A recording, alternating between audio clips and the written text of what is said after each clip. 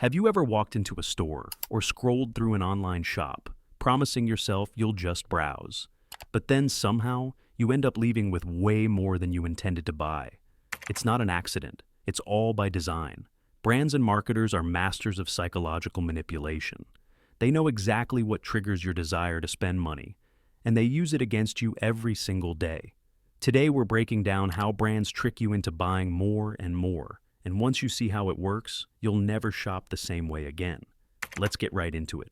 One of the most common tricks is something called scarcity marketing. Ever seen those phrases like limited edition or only a few left in stock? This tactic plays directly on your fear of missing out, or FOMO. It makes you feel like if you don't buy that product right now, you might never get the chance again. And that urgency often pushes people to make impulsive decisions. Another powerful technique brands use is called price anchoring. This happens when you see a product displayed next to a much more expensive version. For example, if you're looking at a phone priced at $1,000, but right next to it, there's another one priced at $600. Suddenly, the $600 option feels like a great deal. The reality? You were never planning to spend $600 in the first place. But because your brain is comparing the two prices, you feel like you're saving money when you're actually overspending. And speaking of deals, let's talk about bundling and upselling.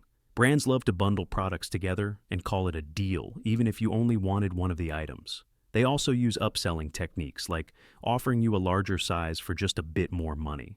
It's the classic, would you like to upgrade for just $2 more? Scenario. The truth is, most of the time, you don't need the upgrade, but because it's framed as a better deal, you end up buying more than you originally intended. Now, have you ever noticed that prices often end with $0.99 or $0.95 instead of a whole number? That's not an accident either. It's called psychological pricing. Brands know that $9.99 feels cheaper than $10, even if it's just 1 cent less. That's because your brain focuses more on the first digit of the price, making it seem like a bargain.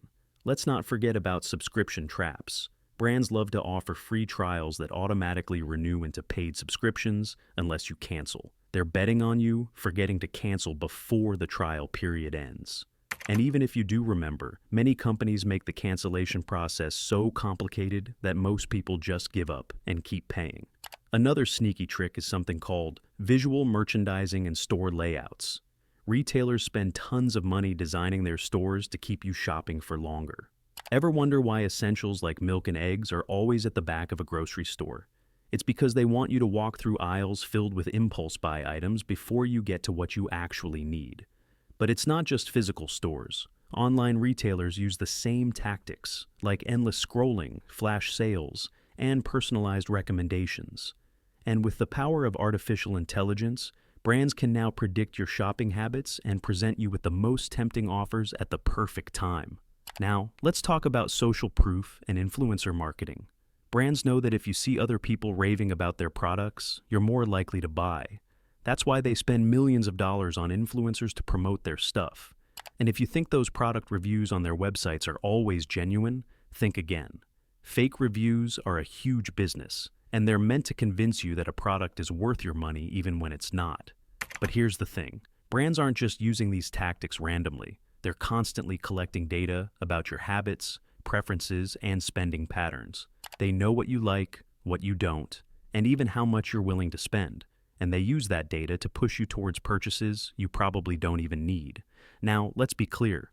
Not all marketing is evil. There's nothing wrong with companies trying to sell their products. But it's important to recognize when you're being manipulated. Knowing these tricks gives you the power to make smarter financial decisions and avoid falling into their traps. So, the next time you find yourself reaching for something you weren't planning to buy, take a moment to think. Are you buying it because you actually want it, or because you were pushed into it by clever marketing tactics? And here's a question for you. What's the most ridiculous marketing trick you've fallen for? Let us know in the comments below. If you enjoyed this breakdown, make sure to hit the like button, subscribe to the channel, and click the notification bell for more eye-opening content about how money, business, and marketing really work.